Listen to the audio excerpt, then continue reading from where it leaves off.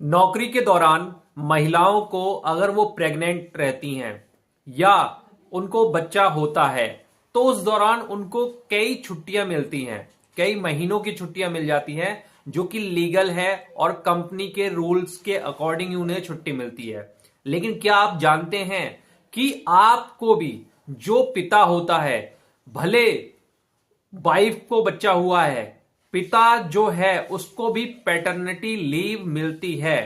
नियम के अनुसार रूल है कि 15 दिनों की पैटर्निटी लीव मिलती है और उसमें कोई भी सैलरी नहीं कटती और आपकी साल की जो छुट्टी होती है वो उसमें भी काउंट नहीं होता। यानी कि साल की जो छुट्टियां होती हैं वो तो आपको ज्यों की त्यों मिलेंगी, लेकिन पैटर्निटी लीव आपको मिलेगी। 15 दिन का लीव होता है और उसमें कोई कंपनी वाला आपको फोन नहीं कर सकता और किसी तरह का कोई डिस्टरबेंस नहीं होता। लेकिन इसके कुछ नियम हैं, ये आपको जानना जरूरी है। तो सबसे पहले आप ये जान लीजिए कि ये जो रूल है वो गवर्नमेंट का रूल है और ये सभी पर लागू होता है, चाहे वो प्राइवेट कंपनी हो चाहे वो सरकारी कंपनी हो।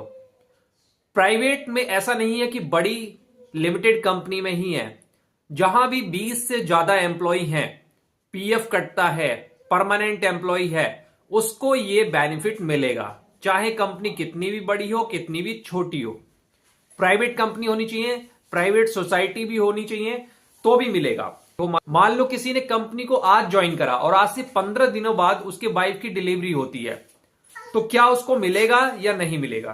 तो मैं आपको क्लियर कर दूं कि अगर पहले दिन से ही जब वो ऑन रोल होता है, जब वो बंदा ऑन रोल हो जाता है, परमानेंट हो जाता है, तो उसको यानी कि उसका पीएफ कटता है तो उसको वो छुट्टी मिलती है।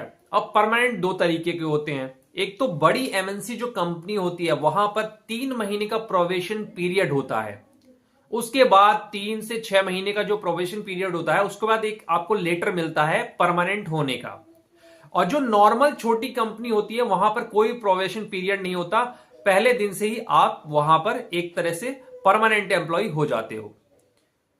तो जब भी आप परमानेंट होते हो उसके बाद अगले दिन से कभी भी आप पैटर्निटी लीव लेने के हकदार हो और कोई भी आपको रोक नहीं सकता।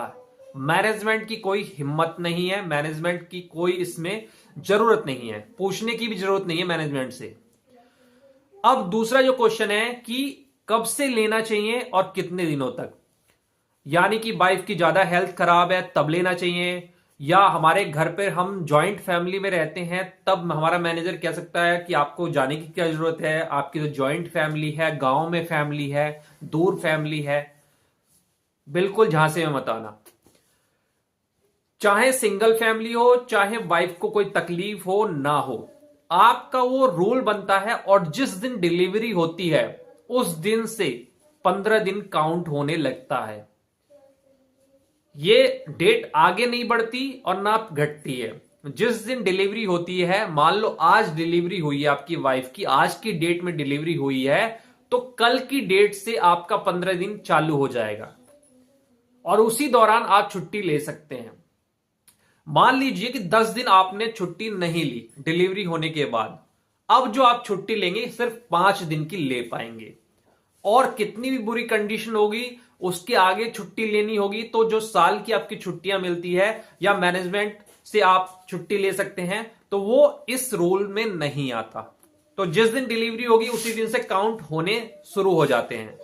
आज डिलीवरी हुई है तो आज से लेके 15 दिन तक आपकी छुट्टी मान्य होगी, उस दौरान आप छुट्टी लेंगे तो सही है। 15वें दिन के बाद कहेंगे कि पैटर्निटी लीव चाहिए तो आपको नहीं मिलेगी और पैटर्निटी लीव का कोई भी पैसा साल के अंत में आपको नहीं मिलता।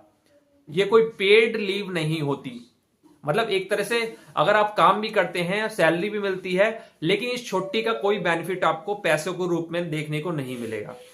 मैंने ली है, मेरे दोस्तों ने ली है, मेरे जानने वाले काफी सारे लोग लेते रहते हैं, इसलिए मैं आपको बता रहा हूं।